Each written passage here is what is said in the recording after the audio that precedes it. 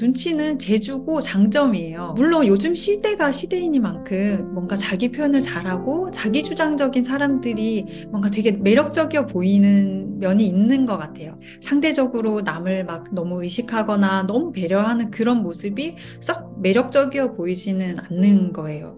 저도 너무 이해가 돼요. 그리고 저도 그런 편이고요. 그런데 그런 모습을 막 그렇게 없애려고 하면은 나 자신을 없애려고 하는 거나 마찬가지예요.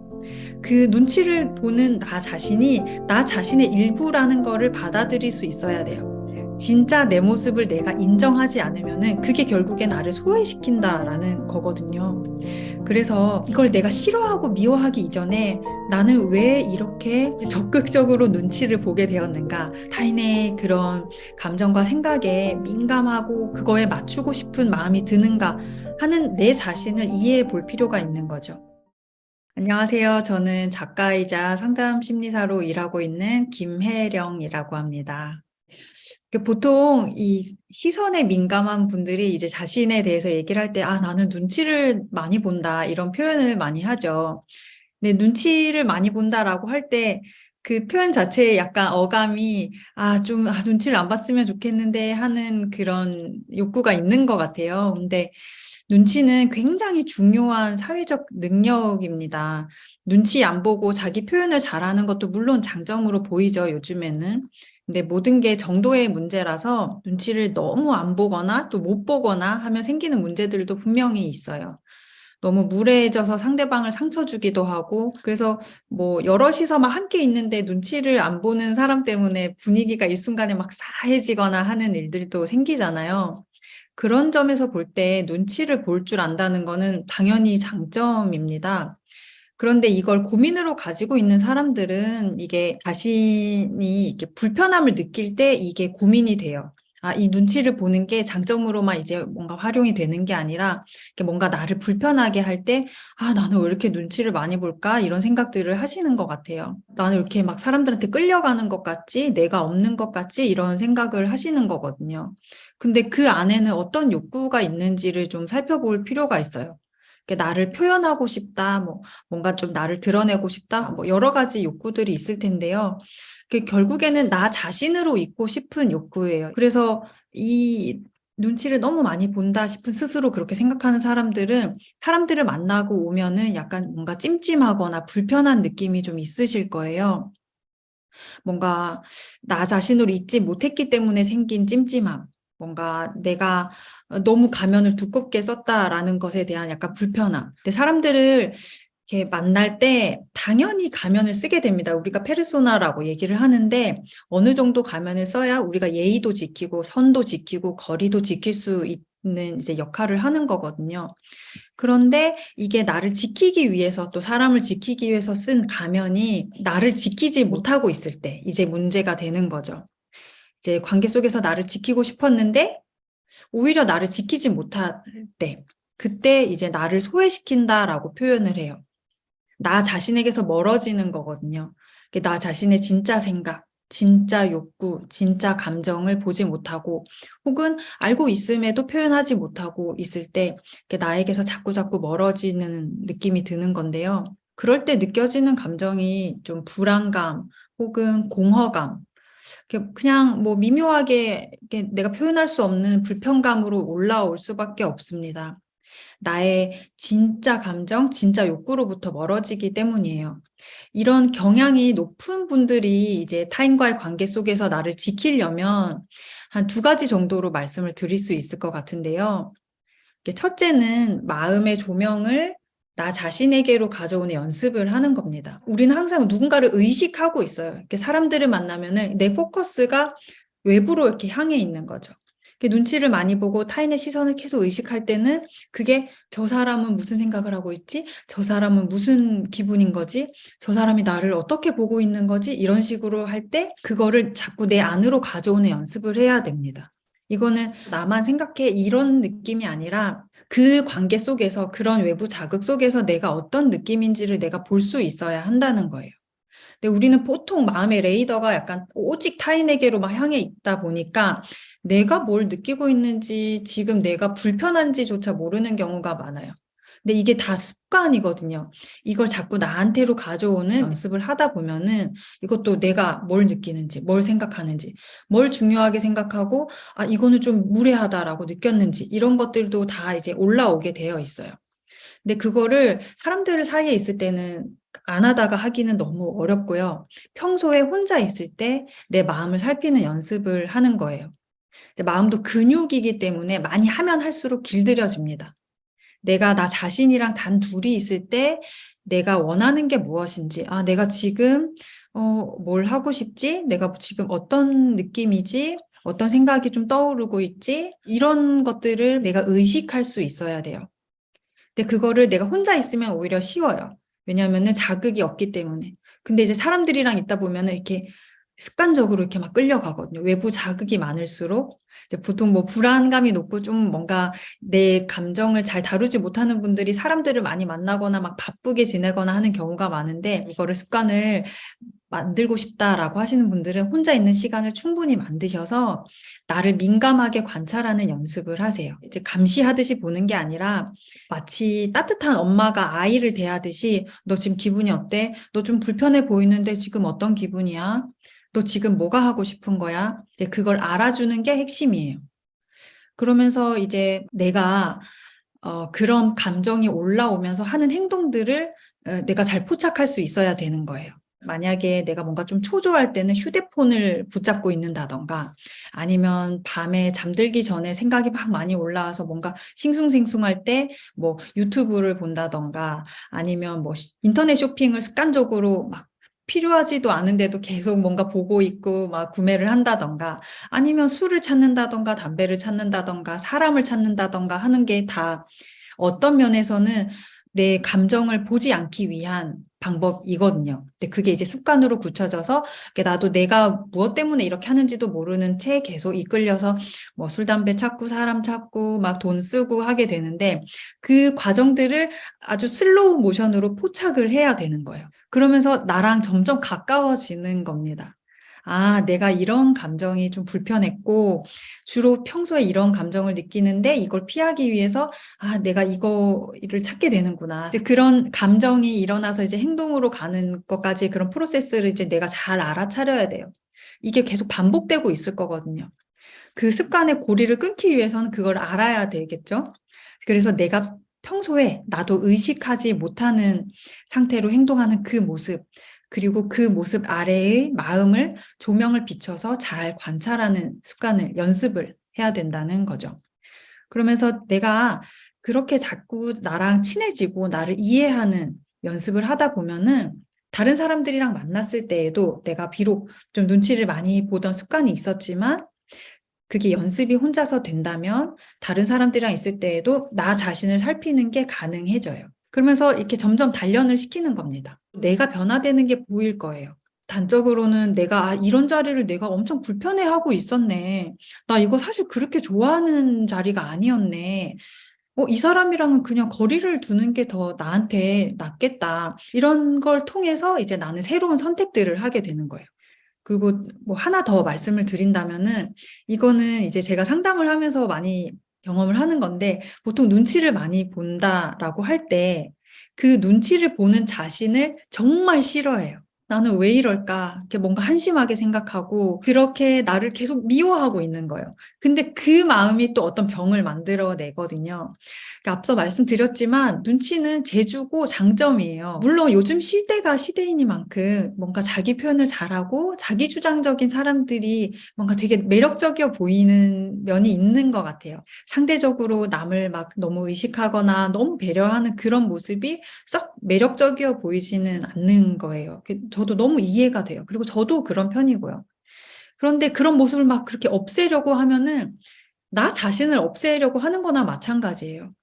그 눈치를 보는 나 자신이 나 자신의 일부라는 거를 받아들일 수 있어야 돼요.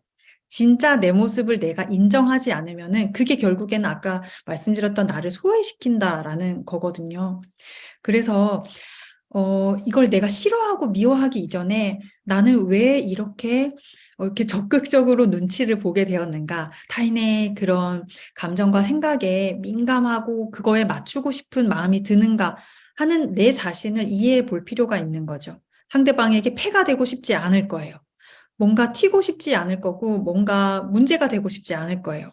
그리고 더 이제 많은 분들이 내가 누군가를 불편하게 했거나, 서운하게 했거나, 실망을 시켰을 때, 내가 그 엄청난 부정적 피드백을 받았던 경험이, 그런 역사가 있을 거예요. 뭐 예를 들어서 어렸을 때, 엄마의 기분을 좀 나쁘게, 이제 서운하게 만들었는데, 막 엄마가 갑자기 막 거칠게 뭐 폭언을 하셨을 수도 있고, 뭐 아빠가 막 정말 이제 나쁜 행동을 하셨을 수도 있고, 이제 그런 경험이 어린아이의 입장에서 한번 생각해 보면, 그거는, 이 세상이 무너지는 경험과도 같거든요. 뭔가 혼나거나 아주 따가운 소리를 들었다거나 아주 뭐, 이렇게 좀 그 힘든 일을 내가 경험을 했다라고 했을 때, 그 당시에 아이의 입장에서는 그 생존의 문제였어요. 뭔가 내가 죽을 것만 같은 고통을, 공포를 경험했을 거거든요.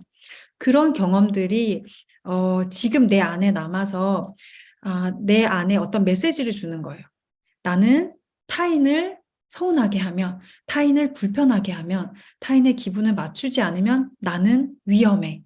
혹은 나는 여기서 뭔가 사랑받지 못할 거야. 그게 자꾸 이제 나에게서 나오는 거예요. 자동적으로. 나를 지키기 위해서. 눈치를 보고 비율을 맞추는 게 나에게 내가 안전하다고 믿고 있었던 거예요. 이제 그걸 내가 이해해 보자는 거죠. 그렇게 생각했을 때 나를, 감히 나를 미워하고 싫어할 수 있을까요?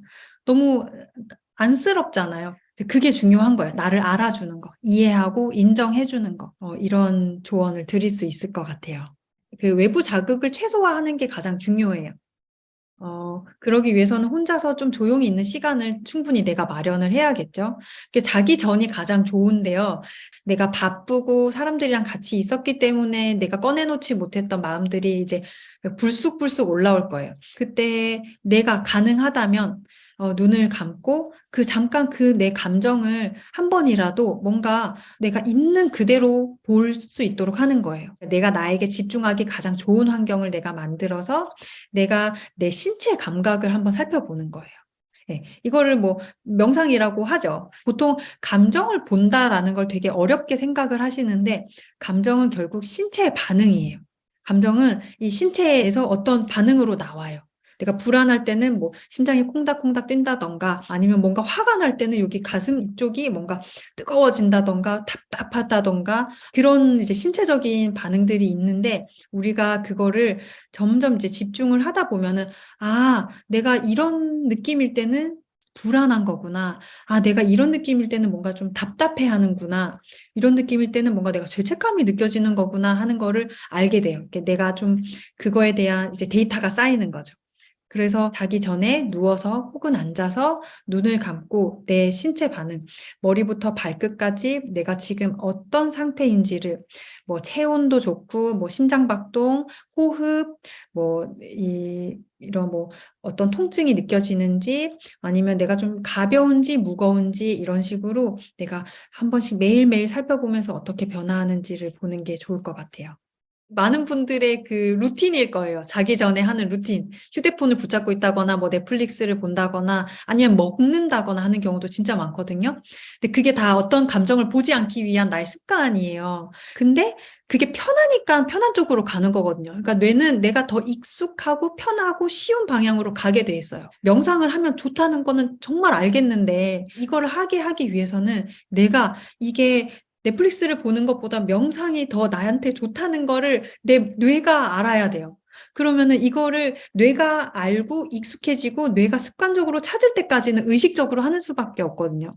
근데 그럴 때 제가 추천드리는 방법은, 이 비슷한 고민을 가진 사람들을 모아서 줌으로라도 명상 모임을 하는 거예요.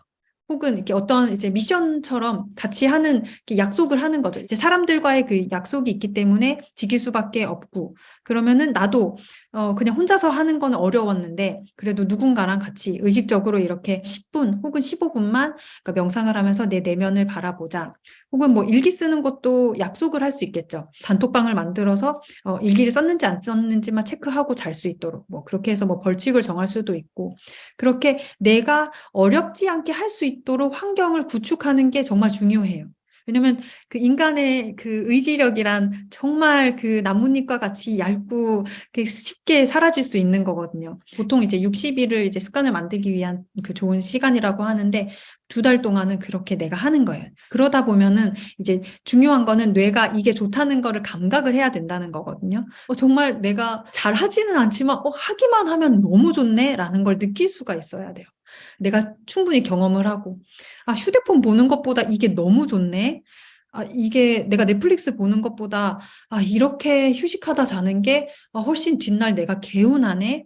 신체에서 그런 경험이 좋은 긍정적인 경험이 쌓이다 보면은 자동적으로 내가 너무 애쓰지 않아도 그걸 하게 돼요. 예. 근데 거기까지가 쉽지가 않은 거죠. 그럴 때 나를 비난하지 않는 게 핵심이에요. 왜냐면은 보통 작심삼일 하면은 작심삼일을 하는 나 자신을 미워하거든요. 그러면 또 힘을 내기가 되게 어려워요. 그래서 좀 내가 덜 힘주고 할 수 있는 방법을 계속 찾아야겠죠. 이게 한 번도 그 내 생각을 뭔가 명확하게 말해보지 않은 사람들이 많을 거예요. 그래서 가장 이제 좋은 방법은 내가 안전하다고 생각하는 환경에서 내가 이제 뭐 이전에 있었던 일을 한번 가지고 와서 내가 이때는 이렇게 말했었어야 되는데 이때 이렇게 표현했으면 더 좋았을 텐데 하는 것들을 한번 얘기해 보는 거예요. 혼자도 좋고 뭐 상담을 받는 것도 좋겠죠. 가장 편안한 사람과의 뭐 대화 속에서 나 이렇게 말하고 싶었는데라고 하면서 한번 말을 있는 그대로 해보는 거예요. 그런 연습을 안전한 환경에서 하고 조금 덜 안전한 환경에서 하다 보면은 내가 좀 긴장되는 환경에서도 할 수 있는 힘이 생기거든요. 결국 말을 하다 보면 하게 되고 내 마음도 그 마음을 내다 보면 내게 되고 결국 그게 다 이제 근육이라서 그 근육을 키운다고 생각을 하시면 돼요. 처음에는 말로 입 밖으로 내는 게 어려우면 글로 한번 써보거나 뭐 이제 타자로 한번 쳐본다거나 글로 쓰면서 내가 내 의견을 말하는 경험을 계속 쌓는 거예요. 예. 그러다 보면은 다른 사람들, 이제 좀 낯선 사람들이나 좀 불편한 사람들과 있을 때 말하는 게 내가 연습이 안 된 상태로 얘기를 하려면은 100%의 에너지를 냈어야 되는 게 연습이 돼 있으면 한 50%만 힘을 내도 용기를 내도 말을 할 수 있게 되죠. 우리가 평소에 생각을 많이 한다는 거는 평소에 정말 불안해하면서 살고 있다는 거죠. 뭔가 약간 쫓기듯이 사는 삶 속에서 우리는 계속 생각으로 나를 지키려고 하는 거예요. 보통 잠들기 전에 생각이 많이 쏟아지잖아요. 바쁘게 살 때는 내가 의식하지 못했던 것들이 이제 막 올라오면서 막 마음에 있는 것들이 막 떠오릅니다. 오전에 있었던 일들, 뭐 회사에서 있었던 일들, 그런 거와 관련해서 이제 불안한 감정이나 뭐 어떤 감정들이 막 올라오기도 하겠죠. 그러면은 이제 생각에 꽂히는 거예요. 이제 생각이 나를 끌고 가기 시작합니다. 그때 이제 그런 불안한 마음도 조절하고 또 너무 생각이 많아지는 걸 이제 조절하기 위해서는 자신의 상태를 알아차려야겠죠. 생각이 막 진행되던 것에 브레이크를 딱 거는 거예요. 내가 생각을 보는 상태가 되는 거예요. 그럼 거리가 생기겠죠? 이제 생각으로 뭔가 이제 만들던 것들이 이제 적어지고 거기에 관련된 감정도 낮아지고 하면서 조금씩 평안을 찾을 수 있겠죠. 제가 그 생각이 많은 사람들을 정말 많이 만나게 돼요. 그분들의 생각을 듣다 보면 어떤 사람들이 정말 똑똑하고 어떻게 저런 생각까지 하지? 싶기도 하고. 근데 또 한편으로 생각하면 저도 정말 생각이 많거든요. 그런데 그 요즘 현대인들이 많은 분들이 생각 과부하 상태에 있어요. 이 생각이라는 것 자체는 나쁜 게 절대로 아니에요. 인간의 특별한 능력이죠. 근데 많으면 많을수록 건강한 방향으로 절대 가지 못해요. 왜냐하면 생각은 일단 허구거든요. 허구. 현실과 달라요. 그래서 생각을 많이 할수록 현실과 멀어져요. 나는 생각으로 또 나라를 지을 수도 있고, 나라를 무너뜨릴 수도 있고, 전쟁도 일으킬 수도 있고, 생각으로 사람도 죽일 수 있어요. 근데 그게 문제가 되는 건 그 생각이 나빠서가 아니라 현실과 너무 멀어지기 때문이에요. 왜냐면 우리는 계속 현실에서 사람들을 만나고 내가 해야 될 일을 해야 되고 사회적 인간으로서 뭔가 관계도 맺고 해야 되는데 계속 생각이 많아지면 거기서 계속 동떨어지는 거예요. 그래서 생각이 많은 사람 중에 마음이 뭔가 편안한 사람을 찾기가 어려우실 거예요. 일단은 불안하면 생각이 많아집니다. 네. 불안하면은 그 불안이라는 감정에서 도망치기 위해서 우리는 생각을 막 뻗어내요. 내가 발표를 앞두고 있다라고 칠게요. 발표를 앞두면은 불안할 거 아니에요. 그러면은 발표를 앞뒀을 때 내가 나에게 하는 가장 유익한 행동은 발표 연습을 한 번이라도 더 하는 거일 수 있잖아요. 근데 발표가 너무 긴장되고 불안하고 초조하다 보니까 막 생각을 하는 거예요. 아, 사람들이 이렇게 보면 어떡하지? 야, 이렇게 실수하면 어떡하지? 야, 나 이거 망하면 어떡하냐? 근데 우리가 평소에 생각을 많이 한다는 거는 평소에 정말 불안해하면서 살고 있다는 거죠. 뭔가 어느 정도의 긴장감, 어느 정도의 초조함, 뭔가 약간 쫓기듯이 사는 삶 속에서 우리는 계속 생각으로 나를 지키려고 하는 거예요. 근데 보통 잠들기 전에 생각이 많이 쏟아지잖아요.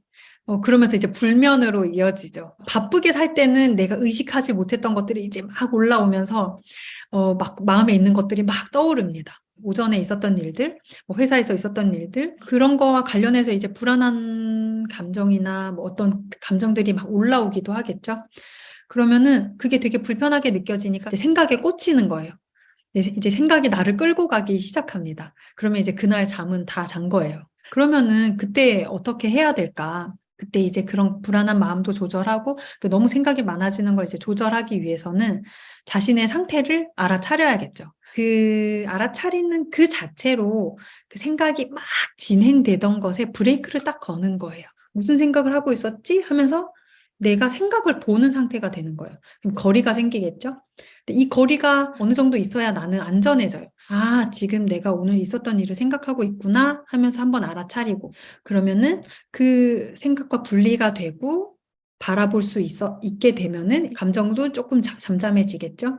그렇게 좀 안전을 확보를 하고 아, 내가 이 생각이 과연 지금 내가 생각하는 게 도움이 되는가라는 생각이 들겠죠. 그랬을 때 아, 이제 생각을 딱 멈추고 감정으로 돌아오는 거예요. 지금 내가 어떤 느낌이지? 지금 어떤 상태지? 뭔가 화가 나는 생각을 하고 있었으면 뭔가 여기 이쪽에서 부글부글 하고 있겠죠? 혹은 뭔가 불안하면 약간 긴장감이 느껴지겠죠? 지금 이 생각을 하는 나는 지금 어떤 감정인 거지? 로 질문을 되돌리는 거예요. 그러면은 그 신체 반응을 이제 살펴보면서 조금씩 조금씩 그 강도도 좀 낮아질 거예요. 지금 내가 편안했으면 좋겠는데 불안감이 올라와 있구나 하면서 이렇게 여기서 어떻게 느껴지는지 목, 어깨, 가슴 쪽 이런 느낌들을 이제 감각이랑 친해지는 거예요. 가깝게. 이 감각들을 내가 이때까지는 보지 않았던 그 감각들을 내가 알아주는 거예요. 그러다 보면은 이제 생각으로 뭔가 이제 만들던 것들이 이제 적어지고 거기에 관련된 감정도 낮아지고 하면서 조금씩 평안을 찾을 수 있겠죠. 내 안에는 여러 가지 자아가 있잖아요. 근데 이 불안을 잠재울 수 있는 자아는 나의 가장 큰 자아예요. 가장 성숙한 자아. 이제 보통 이제 부모자라고 표현을 하는데 이제 뭐 어떻게 표현해도 상관은 없어요. 저는 그 할머니라는 표현을 더 좋아해요. 할머니가 더 따뜻하고 포근한 느낌이 들어서 내 안에 할머니 자아가 있다고 칠게요. 그럼 그 할머니 자아가 막 생각으로 막 도망치고 있는 그 자아를 보는 거예요. 아주 어린 미숙한 자아가 있고 그거를 내가 껴안아 줄 수 있는 할머니 자아가 있어요. 그러면은 내가 알아차린다라는 거는 이 할머니 자아가 이제 등장하기 시작하는 거예요. 불안해서 날뛰고 있다가 이거를 이제 할머니 자아가 짠 하고 등장해서 아, 이런 생각을 하고 있구나. 뭐 너 되게 불안해서 지금 그런 거지. 그거를 네가 통제하고 싶은 거지. 너가 이 일이 있을 때 이렇게 했으면 좋겠다고 생각하는 거지 하면서 알아주는 거예요. 근데 그 자체로 일단은 거리가 생겼고, 요거를 내가 동일시하지 않고 거리가 생겼고, 그리고 그걸 알아줌으로써 약간 그 불안감이 진정될 수 있겠죠. 마치 어린아이가 되게 막 너무 무서워서 엉엉 울고 있어요. 이제 보호자가 와서, 엄마나 아빠가 와서, 왜 뭐, 우리 누구, 왜 이렇게 뭐 무서워해? 왜 이렇게 울고 있어? 이렇게 알아주면은 그 자체로 마음이 진정되는 게 있잖아요. 근데 그 작업이 내 안에서 일어날 수 있다는 거예요. 너 지금 뭐가 되게 무서운 상태구나. 너 지금 되게 잠을 잘 자고 싶은데 잠이 안 오는구나. 하면서 이걸 알아주는 나의 큰 자아가 이제 이거를 약간 좀 보듬어 주듯이 알아주는 거죠. 내 안에 항상 엄청 크고 나를 품어줄 자아가 있다는 걸 잊지 않는 게 정말 중요하죠. 우선 첫째로는 그렇게 내가 그렇게 되고 싶다라고 했을 때 궁극적으로 원하는 게 뭔지를 먼저 처음엔 알면은 좋아요. 부자가 되고 싶다라고 하지만 정말로 부자가 되는 걸 원하는 것보다 그 부자가 되었을 때의 느낌을 갖고 싶어 하거든요. 내가 그 돈이 없는 걸 싫어하는 이유는 이 돈이 없을 때의 나의 그 초라한 느낌이라던가 내가 누군가를 도울 수 없는 그 느낌. 친구가 10,000원 빌려달라고 했는데 내가 돈이 없어서 10,000원을 빌려줄 수 없는 그 뭔가 비참함, 뭔가 그런 느낌을 피하고 싶어서 막 부자가 되고 싶어 해요. 뭐 다른 예시로 내가 뭐 1등을 하고 싶다. 뭔가 내 고등학생인데 1등을 하고 싶다라고 했을 때 1등 자체가 중요한 게 아니라 1등 했을 때의 느낌이 너무 중요한 거예요. 뭔가 엄마 아빠한테 인정받고 사람들이 나를 우러러보고 선생님이 나를 인정해주고 이럴 때의 느낌이 나한테 되게 중요해지는 거거든요. 그러면 내가 주체가 돼서 특별해지고 싶을 때 내가 어떤 느낌을 갖고 싶은가? 궁극적으로 내가 정말 바라는 게 뭔가? 내가 주체적으로 내가 대단해졌을 때 나는 어떤 느낌일까를 상상해 보면서 일단 그걸 이해해 보는 거예요. 어떤 결핍이 그 욕구를 만들어냈을 수 있거든요.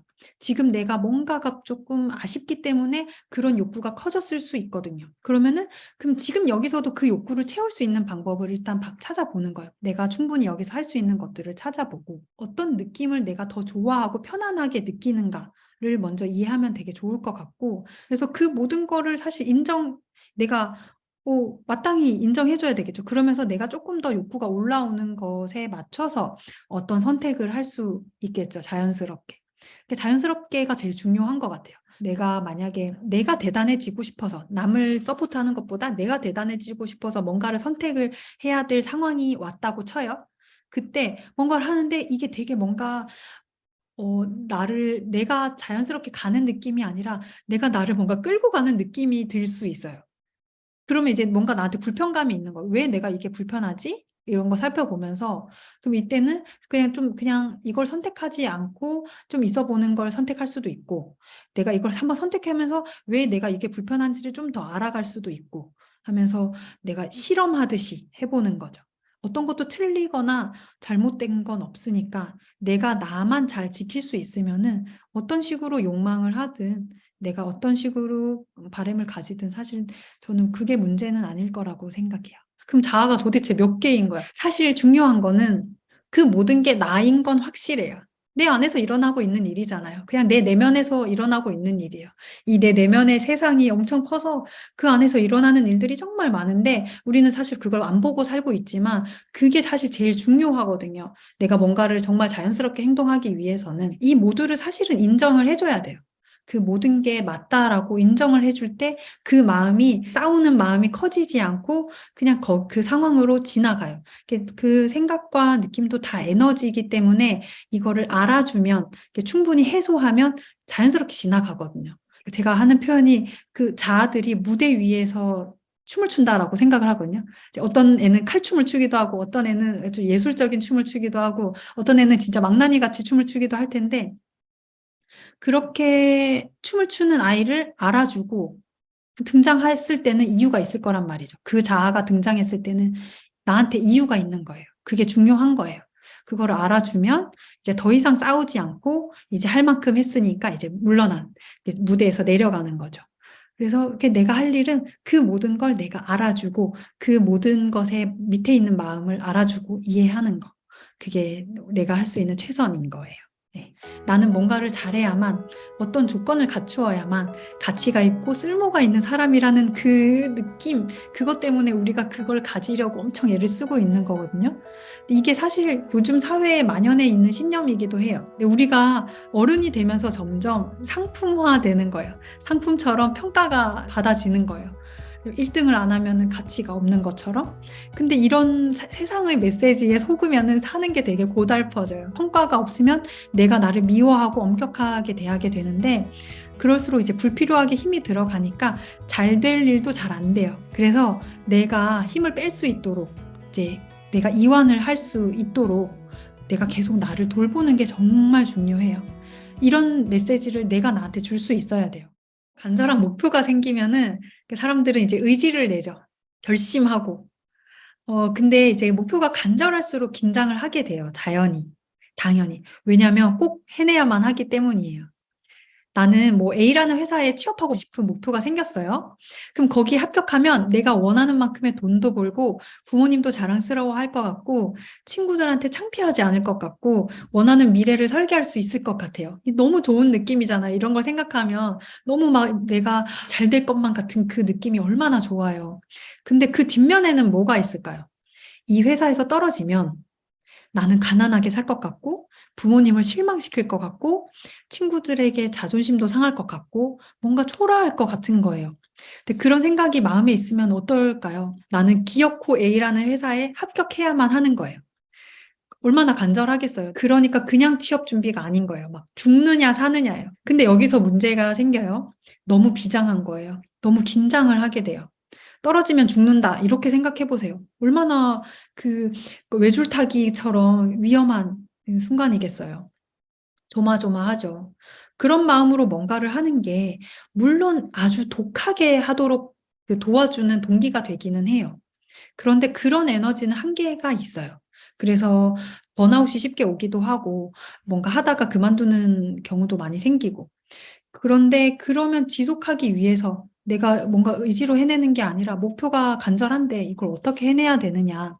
근데 목표가 간절할수록 이제 힘을 빼야 되는데요. 예를 들어서, 넌 꼭 1등만 해야 돼 라고 하는 부모랑 사는 아이랑 못해도 괜찮아. 틀려도 괜찮아. 최선을 다하는 게 중요한 거야 라고 메시지를 주는 부모랑 사는 아이랑 누가 더 잘할까를 한번 생각해 보자는 거예요.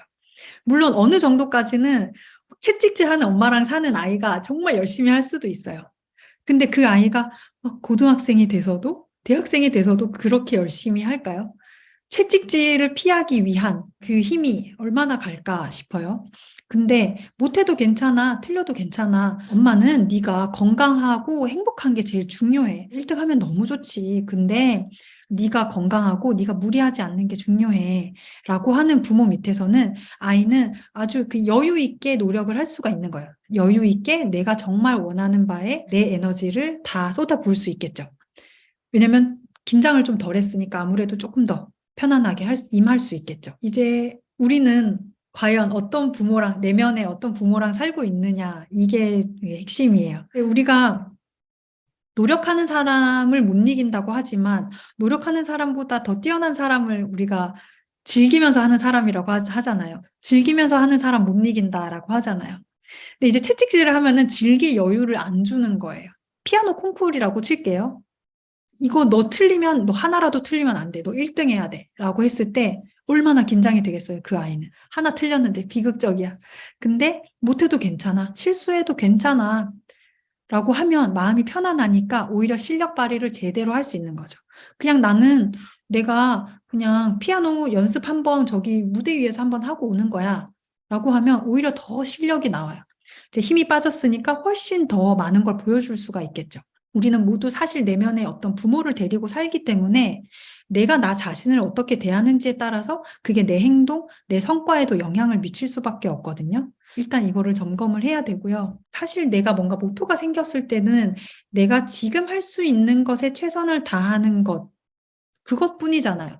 내 목표가 아무리 저기 무슨 회사의 CEO에 있어도 지금 내가 할 수 있는 일은 나한테 맡겨진 일을 하는 거잖아요. 그 맡겨진 것 안에서 내가 최선을 다하고 성과를 이제 발휘할 수 있는 것, 나의 그 에너지를 발휘할 수 있는 것, 그거잖아요. 내가 거기에 내 모든 에너지를 쏟아붓지 않으면 나중에 후회가 되겠죠. 근데 내 에너지를 쏟아붓지 못하게 하는 힘이 이제 내 안에 있을 수도 있다는 거예요. 막 못 살게 굴고 힘들게 하고 가혹하게 대하면 완전히 긴장을 바짝 해가지고 내가 할 수 있는 것도 못하고 이런 경우가 많다는 거죠.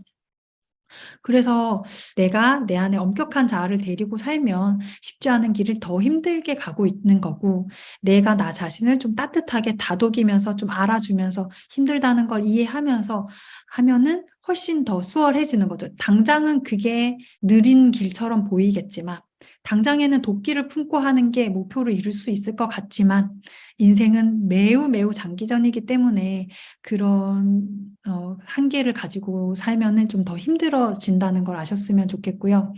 당장 지금 그 목표만 이루고 말 게 아니잖아요. 그렇기 때문에 다 괜찮다라고 할 수 있는 마음이 있어야 돼요. 그럴 때일수록 내가 괜찮다. 떨어져도 괜찮고 망해도 나 안 죽는다. 물론 이런 생각이 어렵고 약간 한심해 보일 수 있다는 걸 알아요. 괜찮아, 괜찮아 하고 있는 거 너무 바보같이 보일 수도 있잖아요. 근데 여기에 떨어진다고 내가 무가치해진다거나 사랑받을 자격이 없다거나 쓸모없는 인간인 건 아니거든요. 그건 너무 당연한 사실인데 사람들은 그거를 사실 의식을 잘 안 하고 살아요. 나는 뭔가를 잘해야만, 어떤 조건을 갖추어야만 가치가 있고 쓸모가 있는 사람이라는 그 느낌, 그것 때문에 우리가 그걸 가지려고 엄청 애를 쓰고 있는 거거든요. 근데 이게 사실 요즘 사회에 만연해 있는 신념이기도 해요. 아이일 때는 숟가락질을 못해도, 걸음마를 못해도 이쁨 받고 그냥 그 자체로, 살아있다는 그 자체로 되게 박수 받고 귀여움 받고 이쁨 받고 사랑받아요. 근데 우리가 어른이 되면서 점점 상품화되는 거예요. 상품처럼 평가가 받아지는 거예요. 1등을 안 하면은 가치가 없는 것처럼. 근데 이런 세상의 메시지에 속으면은 사는 게 되게 고달퍼져요. 부족하고 열등하다는 느낌을 이제 막 피하기 위해서 막 애쓰면은 너무 사는 게 힘들거든요. 계속 도망치는 삶이니까. 성과가 없으면 내가 나를 미워하고 엄격하게 대하게 되는데, 그럴수록 이제 불필요하게 힘이 들어가니까 잘 될 일도 잘 안 돼요. 그래서 내가 힘을 뺄 수 있도록, 이제 내가 이완을 할 수 있도록 내가 계속 나를 돌보는 게 정말 중요해요. 이런 메시지를 내가 나한테 줄 수 있어야 돼요. 야, 너 진짜 힘들지? 근데 이거 지금 못해도 좀 실수해도 괜찮아. 지금 이렇게 네가 최선을 다하고 있는 거 나는 알아. 다른 사람들은 몰라도 나는 알아. 결과에 너무 연연하지 말고 지금 할 수 있는 만큼만 하자. 지금 할 수 있는 만큼만. 이런 목소리를 자꾸 자신한테 들려줘야 돼요. 내가 뭐 3일 열심히 하다가 하루 피곤해서 누워있다고, 야, 너, 성공하고 싶다더니 이게 뭐 하는 짓이야 하면서 나 스스로 혼내는 게 아니라, 야, 성공하는 거 진짜 힘들지? 이러면서 내가 나를 이렇게 알아주는 거예요. 그러면은 이렇게 침대에 누워 있다가 그렇게 조금 내가 충전이 돼요. 네, 그럼 자연스럽게 일어나져요. 내가 자연스럽게 내가 하고 싶은 걸 할 수 있게 돼요. 그래서 이걸 내가 이렇게 이완시킬 수 있는 어떤 메시지들, 내가 나를 돌보는 힘, 내가 나를 따뜻하게 보는 그 힘을 계속 키워서 내가 정말 자연스럽게 원하는 거를 자연스럽게 내가 갈 수 있도록 내가 나를 이렇게 잘 다독여서 하루하루 이렇게 데리고 산다라는 느낌으로 그 목표를 이루셨으면 좋겠어요. 결핍 정말 많아요, 저는. 진짜 많은데 제 생각에는 이거를 의식하는 사람들은 다들 결핍이 많다고 생각을 하실 것 같아요. 아예 결핍이 없다고 생각하는 사람들은 그냥 그거를 보지 않고 사는 사람들이지 않을까 싶고, 결핍이 없는 사람은 없으니까요. 저는 그 결핍에 대해서 최근에 생각을 한 게, 나한테 이런 결핍이 있는 거는 만약에 나를 설계한 사람이 있다면, 설계한 어떤 신이 있다면, 나한테 왜 이런 결핍을 만들었을까? 이런 걸 잘 생각하게 되더라고요. 제가, 한동안은 되게 그 불안이 너무 문제였어요. 나 스스로에게. 그게 저한테 너무 이슈였어요. 나는 왜 이렇게 매일매일 불안한 거야? 나는 왜 이렇게 가만히 있어도 마음이 안 편한 거야? 이게 너무 나한테는 그 풀고 싶은 숙제였어요. 그래서 그거에 관련해서 막 책도 엄청 읽고 명상도 배우러 다니고 뭐 종교 저는 이제 성당도 다녔다가 뭐 불교 이론도 공부를 열심히 하고 공부도 하고 뭐 책도 엄청 읽고 막 뭐 여러 가지 뭐 개인 수련도 하고 그랬는데 그러다 보니까 자연스럽게 그 첫 책인 불안이라는 위안이라는 책이 나왔던 거기도 하고요.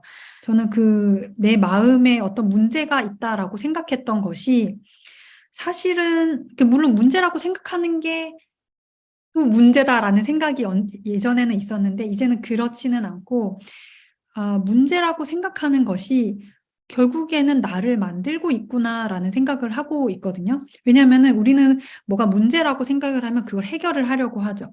그럼 그 해결하려고 하는 과정 중에 내가 점점 완성이 돼요.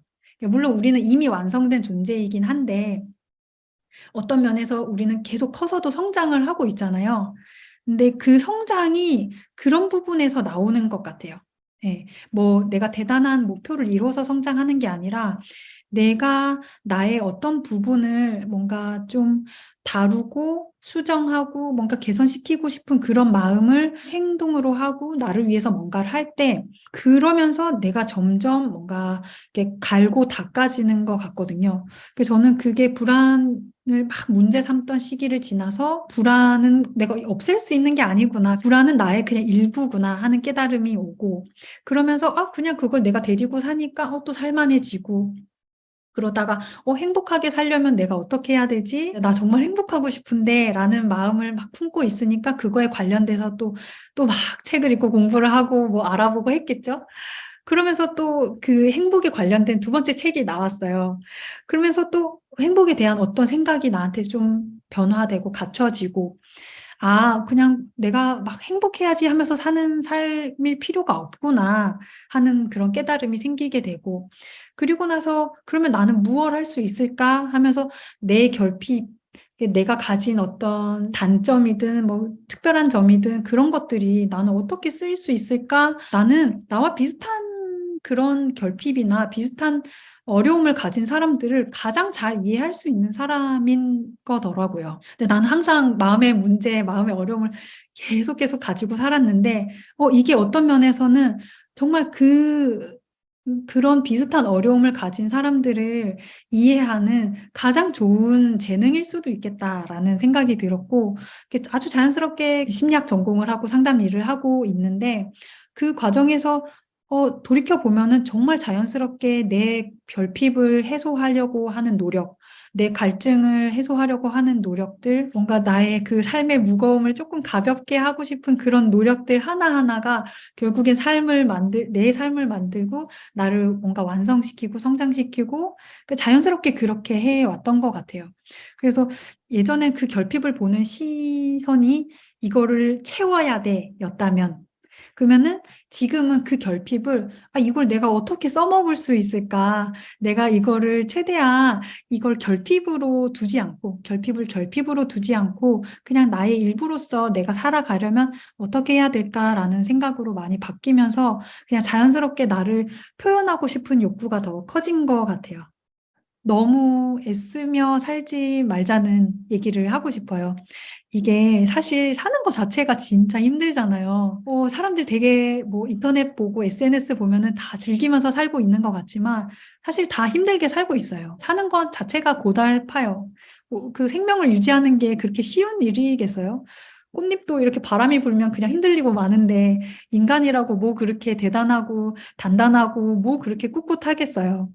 근데 그거를 인정하면은 좀 나아지더라고요. 내가 얼마나 약한지, 내가 얼마나 쉽게 흔들릴 수 있는지, 내가 얼마나 연약함을 가지고 있는지를 내가 인정을 하면은, 사는 게 좀 오히려 더 가벼워지더라고요. 나는 할 수 있어. 나는 해야만 해. 막 애쓰면서 살 때는 너무 사는 게 무겁고 나를 이렇게 막 끌고 가는 것 같은 느낌이 드는데, 이거를 조금 내려놓고 사는 거 원래 힘든데 뭐 이렇게까지 힘을 줘. 이렇게 주먹을 불끈 쥐고 사는 거야. 힘 좀 빼고 내가 할 수 있는 만큼만 하자. 나 너무 나를 가혹하게 대하지 말자. 라는 마음으로 살았으면 좋겠다는 얘기를 드리고 싶은데요. 그렇게 얘기를 하면은 어떤 분들은 지금 애쓰고 있는 자신을 또 되게 한심하게 생각할 수 있을 것 같아요. 나는 왜 이렇게 애를 쓰고 있지? 근데 그럴 필요 전혀 없고 그냥 지금 내 모습 그대로를 그냥 이해해주고 인정해주기만 하면 될 것 같아요. 힘 빼고 살고 있는 대로도 그게 가치가 있고 목표를 이루려고 하는 그대로도 의미가 있고 그렇기 때문에 그 모든 모습을 다 그냥 이해하고 인정하면서 그 안에서 생기는 그런 우여곡절들을 좀 자연스럽게 받아들이고 나의 일부를 나의 전체로 잘 가지고 오면서 자연스럽게 조금만 더 가볍게 살았으면 좋겠습니다.